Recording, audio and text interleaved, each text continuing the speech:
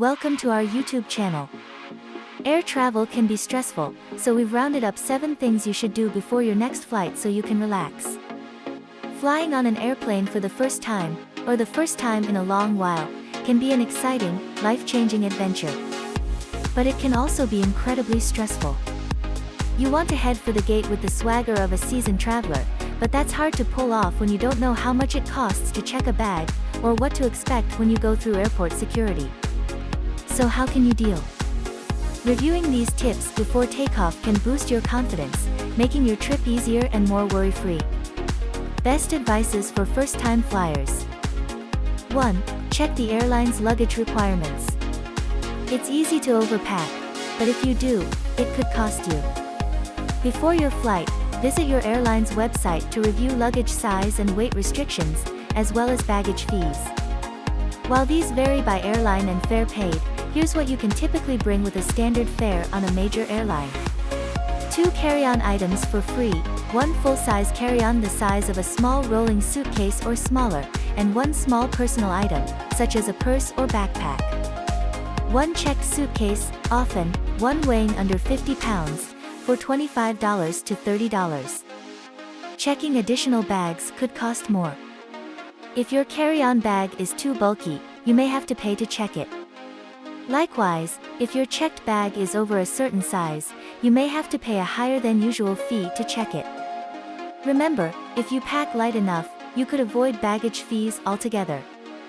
Having an airline credit card can mean waived checked baggage fees, as well. 2. Pack essentials in your carry-on. If you're packing anything that's hard to replace, say, prescription medicine, contacts or glasses, or important paperwork, put it in your carry-on bag. This way, you won't be without that item in the rare event your checked bag goes missing. You'll also want to pack some in-flight entertainment, such as your laptop, headphones, and a book or magazine. Just make sure you're following the Transportation Security Administration's rules for what you can pack. You can't, for example, bring a big bottle of contact lens solution in your carry-on, but you can bring a 3.4-ounce bottle. And keep in mind that if your carry-on bag is too big to fit under the seat in front of you, you may have to check it. More rules may apply if you're flying internationally. If you're in the back of the plane, you might find that there's no more room, and you'll have to do a gate check of your bag at the last minute, which isn't particularly fun.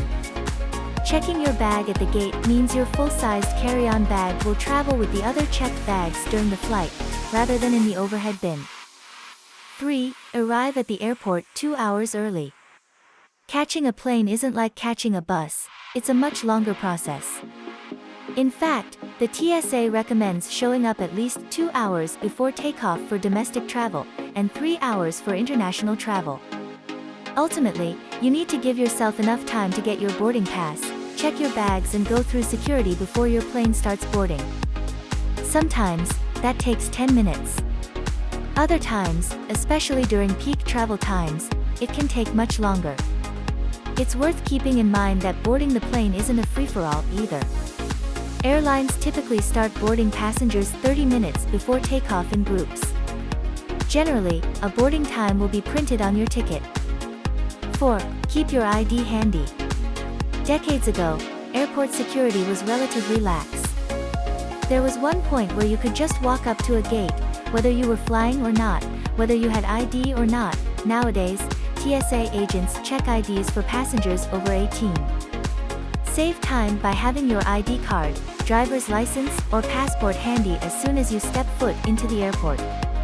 You'll need it when checking bags and going through security, and you don't want to hold up the line while rummaging through your wallet. 5. Wear easy-to-remove shoes. Going through airport security might be the most stressful part of flying, but if you know what to expect, the whole rigmarole can feel much less taxing.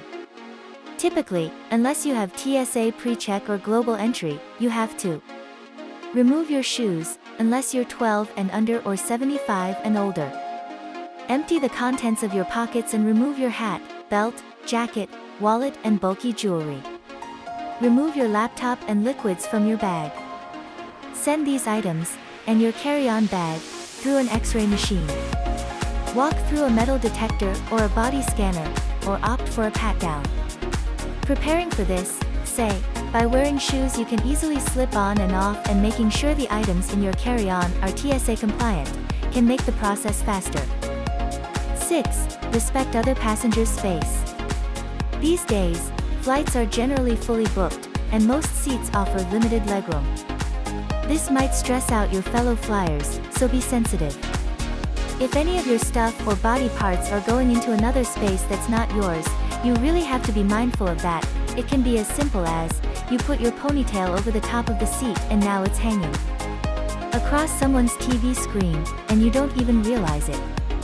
Similarly, if you wear perfume or cologne, eat smelly foods, or listen to loud music, you might unintentionally upset the person sitting next to you.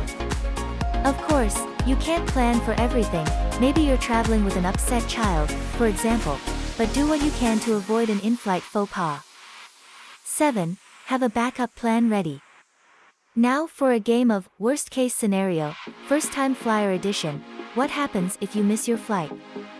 First, take a deep breath. If you miss your plane because of unforeseen circumstances, such as a major traffic delay, the airline will often put you on standby for the next flight without charging extra. Just remember that you generally need to notify the airline within a couple of hours of missing your flight to get rebooked for free. If it looks like you'll miss a connecting flight, check the smartphone app offered by your airline or the screen in the airport to find out which gate your flight departs from and whether you've actually missed it. If the flight is delayed, you may still have a chance to board. But if you miss the connection and the airline was responsible, you can generally also rebook that flight free of charge, and maybe even get some free meal or hotel vouchers for the hassle. The key in both cases, be proactive. Have the airline's customer service phone number handy in case you get stuck in traffic, so you can call as soon as possible.